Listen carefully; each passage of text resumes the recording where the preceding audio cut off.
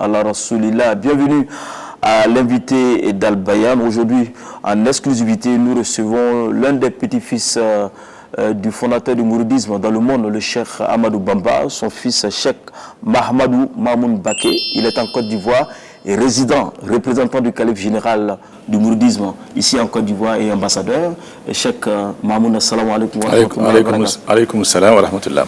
C'est un honneur de vous recevoir sur notre plateau. Merci beaucoup. Je rappelle à nos téléspectateurs que vous êtes le représentant officiel et résident et rang d'ambassadeur du mouridisme en Côte d'Ivoire. Vous êtes membre du COSIM, vous avez été investi, on va en parler au cours de cet entretien.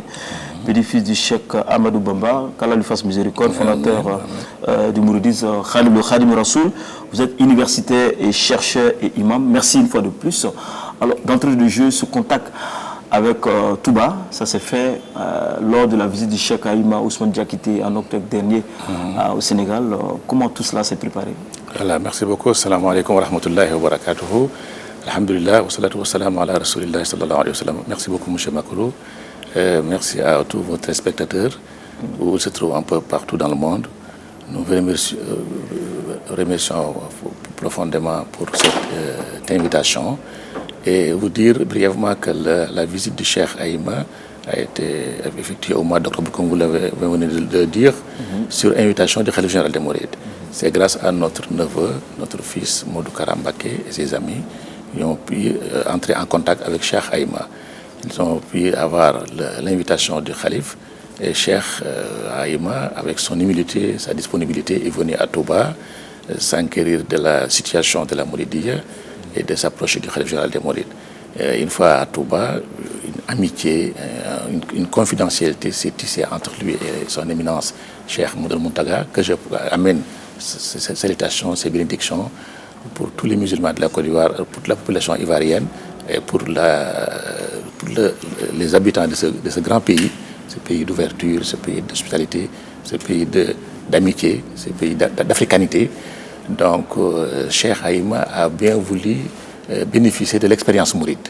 L'expérience mouride sur le plan de l'organisation, sur le plan des réalisations. Il a vu beaucoup de ce qu'on a pu réaliser à Touba, de ses propres yeux. Donc, il a demandé au Khalife de désigner un représentant au sein du COSIM pour assister, coordonner la collaboration entre la communauté mouride de Côte d'Ivoire et le COSIM. Vous savez que les Sénégalais sont installés en Côte d'Ivoire depuis longtemps. Bien sûr. Donc l'histoire et le rapport entre le Sénégal et la Côte d'Ivoire est une longue histoire. Depuis les années 1800. 1800 d'ailleurs, il y a toujours une communauté sénégalaise en Côte d'Ivoire et une communauté ivoirienne au Sénégal. Donc c'est des liens séculaires, c'est des liens d'amitié qui datent de longtemps. Donc la Côte d'Ivoire était la première destination des immigrés sénégalais, la première destination de la diaspora, non seulement mouride, mais de la diaspora sénégalaise de façon générale. Donc la Côte d'Ivoire est toujours constituée un lien d'élection pour les immigrés sénégalais. C'est pourquoi le Cheikh a voulu que la Côte d'Ivoire donne toujours l'exemple de la cohésion, de l'accueil, de l'hospitalité des populations sénégalaises et des immigrés sénégalais. Alors justement, par rapport à ce voyage, il y a un grand projet que le calife général de Mouride a donné l'ordre de le faire à Yamoussoukro. C'est dans ce cadre-là que le voyage a eu lieu. C'est quoi ce projet qui va bénéficier à toute la Oumma de la Côte d'Ivoire, du Sénégal, mais on va dire même à toute la Oumma de l'Afrique et du monde? Merci beaucoup, M. Makolo. C'est une bonne question. Vous savez, la Mouridiyya, c'est l'islam. C'est l'islam confrérique, c'est l'islam. Et qui dit islam dit séance. Vous savez que la nation islamique, c'est la nation de Iqra. Le premier verset qui est descendu du Coran, c'est Iqra bismi rabbika alladhi khalaq. Donc l'islam est une religion de savoir, une religion d'éducation, c'est une religion de formation, c'est une religion de science. Le Cheikh Mohamed Al-Muntaka est un grand savant, est un éducateur, c'est un grand pédagogue. Donc il donne beaucoup d'importance à la formation, à l'éducation, à l'enseignement. Donc c'est pourquoi il a un projet à Touba de construire une université qui est en état très avancé. Mais il veut associer la nation ivoirienne et la nation africaine de façon générale à ce grand projet. L'un de ses disciples, résident ici à Côte d'Ivoire, a donné une terre, une dimension de 5,5 hectares à Yamoussoukro. Et le Cheikh a donné des instructions. Au lieu de le vendre, de le faire quelque chose, de le valoriser pour un autre objectif, il a voulu qu'on destine, cette terre soit destinée à la construction d'un institut islamique de recherche et de la formation. Inch'Allah. Amis téléspectateurs, vous suivez l'invité d'Al Bayan. Aujourd'hui, nous avons en exclusivité l'un des petits-fils de Khadim Rassoul, le cheikh Amadou Bamba, fondateur du mouridisme au Sénégal. Il est en Côte d'Ivoire, il est représentant officiel du calife général avec un rang d'ambassadeur résident en Côte d'Ivoire. Il est membre du Conseil supérieur des imams des mosquées et des affaires islamiques, l'instance suprême de l'islam en Côte d'Ivoire. On parlait bien évidemment du premier contact entre le cheikh Aïma Ousmane Diakité et le calife général des Mourides depuis le Sénégal en octobre, et bien évidemment du grand projet de la formation des musulmans ici en Côte d'Ivoire et dans le monde à travers la construction de l'institut qui va abriter les locaux d'un centre de formation, n'est-ce pas, cheikh? Oui, Inch'Allah. Pourquoi le calife général actuel met l'accent sur la formation, sur la promotion de l'enseignement islamique et bien évidemment la promotion de la connaissance universelle? Vous savez, M. Maclot, ça c'est pas nouveau. Je disais que le mouridisme c'est l'islam. Qui dit l'islam dit la science. Qui dit l'islam dit le savoir. Parce que le prophète Mohammed sallallahu alayhi wa sallam disait que on m'a envoyé en tant qu'enseignant. Donc le prophète Mohammed sallallahu alayhi wa sallam était un enseignant. L'islam c'est l'enseignement, l'islam c'est la formation, l'islam c'est la science, l'islam c'est le savoir. Donc si le savoir est maîtrisé, si la science est maîtrisée, tout est déjà balisé. Tout, le développement ne peut pas se faire sans fondement scientifique, sans connaissance, sans savoir. Donc c'est pourquoi le calife qui est un éducateur, un enseignant, un formateur, un savant. Donc il privilège toujours, comme disait son père et son grand-père Cheikh Ahmed Bamba, l'héritier du prophète Mohammed sallallahu alayhi wa sallam, le fondateur de la Mouridiyya, comme vous dites, qui était aussi un enseignant, un formateur. Donc il disait que inni ila al-ilmi wal a'mali dhu arabin wa lit-ta'addubi suqhali wa kamilani. Il a adressé ses prières à Dieu, qui dit mon objectif, mon vœu ardent, c'est la science, les actions et la bonne moralité. Donc le savoir, l'action et la bonne moralité. Al-ilm, wal-amal, wal-adab al-mardi. C'est ça les trois fondamentaux principaux de l'islam. De la Mouridiyya qui est tiré de l'islam. Donc c'est pourquoi le cheikh privilégie beaucoup la formation. Si vous regardez les pays développés actuellement, les premières ressources, c'est les ressources humaines. Donc il faut toujours privilégier les ressources humaines. Et qui dit ressources humaines, valides, valables, solides, c'est les ressources humaines bien formées. Parce que sans formation, on perd beaucoup de choses. Inch'Allah. En tout cas, nous sommes heureux que ce projet sera fait ici en Côte d'Ivoire, précisément à Yamoussoukro. Alors, on peut savoir, est-ce que les travaux vont bientôt démarrer? Qu'est-ce que vous avez déjà ficelé? Parce que vous êtes membre du COSIM. Oui, pour que les choses démarrent, pour que la jeunesse ivoirienne, la jeunesse africaine puisse bénéficier de ce grand centre. Vous savez, la Mouridiyya, notre force, c'est la discipline. Donc, on est venu ici la première fois. C'était un voyage de prise de contact, un voyage de reconnaissance. On a rassemblé beaucoup d'informations, beaucoup de renseignements qu'on va rendre compte au calife. Et on va lui faire des propositions. À partir de là, le calife va donner des instructions.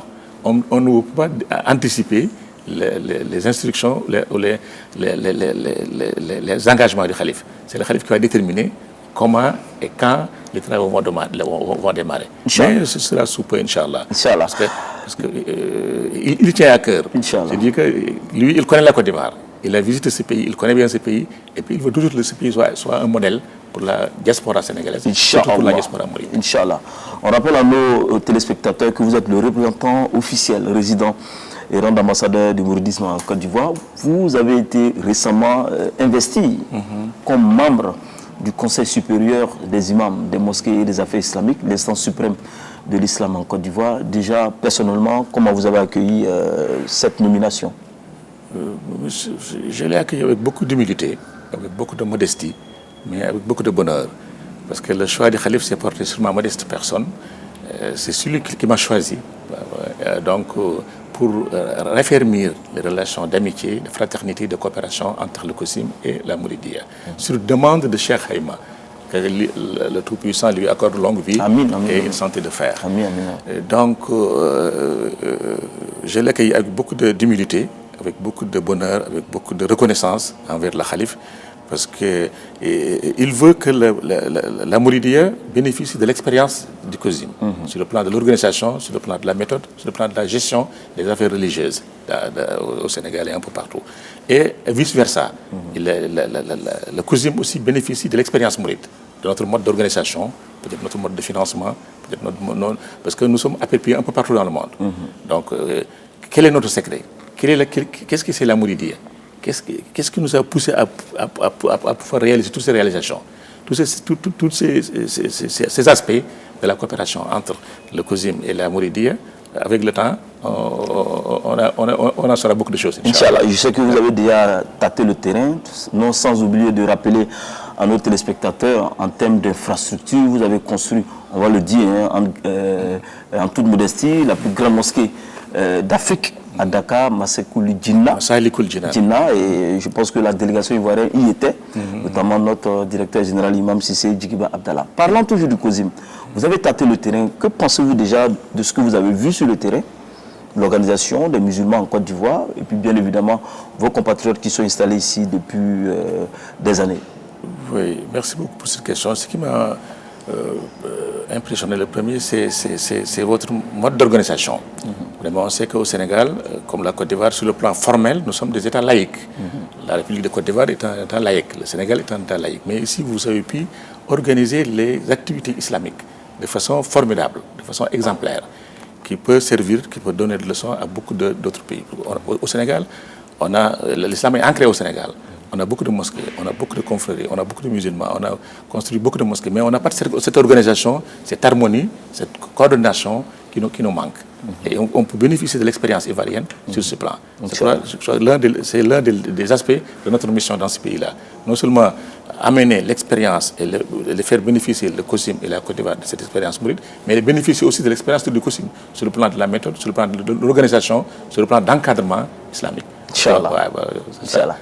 Vous suivez l'invité d'Al-Bayan aujourd'hui, comme je l'ai dit en début de cette émission, en exclusivité sur Al-Bayan. Nous avons l'un des petits-fils de Khadim Rassoul, le cheikh Amadou Bamba, qui est connu dans le monde et bien évidemment en Afrique pour avoir fait la promotion de l'islam de paix et du vivre ensemble. Il est en Côte d'Ivoire, résident ambassadeur du Mouridisme, c'est le cheikh Mahmoud Mamoun Mbaké. Il est membre du Conseil supérieur des imams des mosquées des affaires islamiques. Il est accompagné, bien sûr, de Cheikh Kara, que nous saluons au passage. Cheikh Abdullah Murtada Mbaké aussi, notre cousin. Inch'Allah. Et le dirigeant de la communauté mouride en Côte d'Ivoire, Cheikh Koumba Cham, qui est ici présent.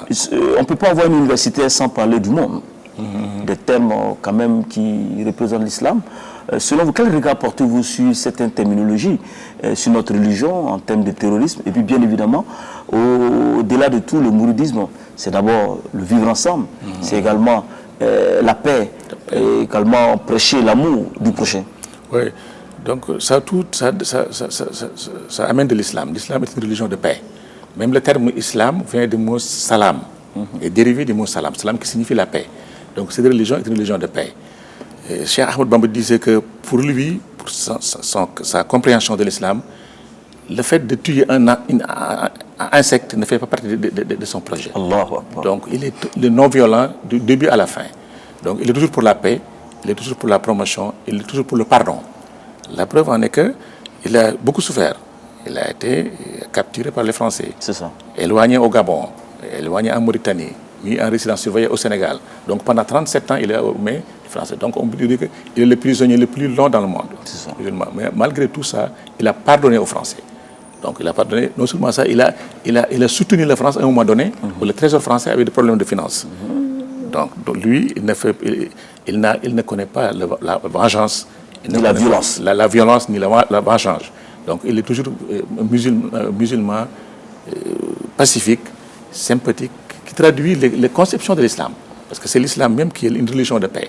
On sait que surtout depuis le 11 septembre, 2001, le Sénégal, le monde musulman a un nouveau visage. L'islam est diabolisé. Je ne dirais pas malheureusement, cet 11 décembre m'avait trouvé à New York.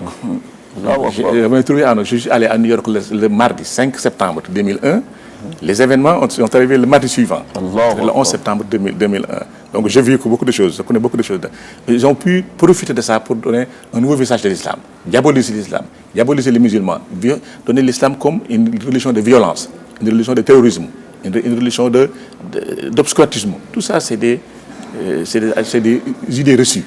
Et c'est tout un plan qui est dirigé contre l'islam. C'est pourquoi il est temps que nous donnons la main, nous, en tant que musulmans, en tant que frères, nous partageons la même religion. C'est le temps de nous donner la main et de nous collaborer, de nous approcher pour mieux défendre l'islam, pour donner l'image, mettre en évidence la vraie image de l'islam. Une image de paix, une image de tolérance. Parce qu'au Sénégal, on connaît, comme ici en Côte d'Ivoire, on a plus de 95% au Sénégal, c'est des musulmans. On a connu un chef d'État catholique. Catholique, c'est Léopold Sédar Senghor. À la personne de Léopold Sédar Senghor. Et personne n'a posé cette question. C'est ça. Donc, cette tolérance-là, on la connaît. Et puis, au Sénégal, vous trouvez des familles partagées. Musulmans et chrétiens qui vivent dans la même maison, qui partagent les mêmes repos, les mêmes repas, qui se marient entre eux. Donc, qui contribuent en même temps et à la construction des mosquées et à la construction des églises. Donc cet esprit de tolérance, cet esprit d'ouverture, c'est l'islam. Inch'Allah. Alors cela m'amène rapidement à vous poser cette question qui me trottine. Parce qu'il y a deux approches. On a vu que l'approche de Cheikh Ahmadou Bamba Khadim Rassoul a été une approche, l'approche pacifique. Pacifique, la non-violence. La non-violence. Est-ce qu'on ne peut pas donner des conseils également à nos frères qui sont quand même violents, en griffe les panafricanistes, virulents dans les propos, d'adopter cette approche-là d'un Africain religieux qui a beaucoup apporté au Sénégal, même à l'Afrique et au monde? Voilà, ça c'est un aspect essentiel de notre travail, de notre mission aussi, pour montrer que l'islam, ce n'est pas la violence. L'islam, ce n'est pas le terrorisme. On peut vulgariser un message sans être violent. Donc, le prophète Mohammed n'était pas un violent. Il ripostait, il a fait des guerres, mais c'était pour diviser l'islam et pour défendre sa religion. Donc nous aussi, on a beaucoup de modèles. Mais maintenant, avec les nouvelles idées qu'on a, avec ce qu'on appelle l'islam politique, l'islam politique qui dans certains milieux, instrumentalise l'islam. L'islam, dans son essence, c'est une religion de paix, c'est une religion de justice, c'est une religion de juste milieu, mais qui n'a rien de violent. Mais on peut l'instrumentaliser pour atteindre certains objectifs. Mais l'objectif de l'islam, c'est de faire de l'homme un être de paix, un être pieux, quelqu'un de proche de Dieu, un être tolérant, un être ouvert. Et au service des autres. Au service des autres. Et qui accepte les autres. Parce que le prophète Mohammed, comme vous le savez, avait permis à une délégation de Najran de faire la messe dans sa mosquée. Donc maintenant, quelqu'un qui peut imaginer des invités de chrétiens de faire une messe dans une mosquée. Alors que ce n'est pas interdit. C'est vrai. Donc vraiment, il faut diviser l'essence de l'islam. C'est pourquoi le cheikh tient à l'information. Parce que beaucoup de comportements, c'est issu de l'incompréhension et de manque d'information. Il y a une anecdote que j'ai reçue il y a quelque temps, un CV, je voudrais faire la publicité, mais un grand écrivain, un islamiste qu'on a interviewé, parce qu'un chef d'État qu'on avait tué, parce qu'on dirait qu'il a fait des dérives. Quand on a demandé à la personne qui a assisté à l'assassinat, qu'est-ce que vous savez, pourquoi vous avez tué ce monsieur-là? Il dit que c'est un mécréant. Subhanallah. Il dit, qu'est-ce que ça veut dire mécréance? Je ne sais pas. Il dit, quelles sont vos preuves qui vous montrent que celui est un mécréant? Il dit que je ne sais pas. Parce qu'on l'a doctriné. Il y a un endoctrinement maintenant et une instrumentalisation de l'islam pour atteindre certains objectifs.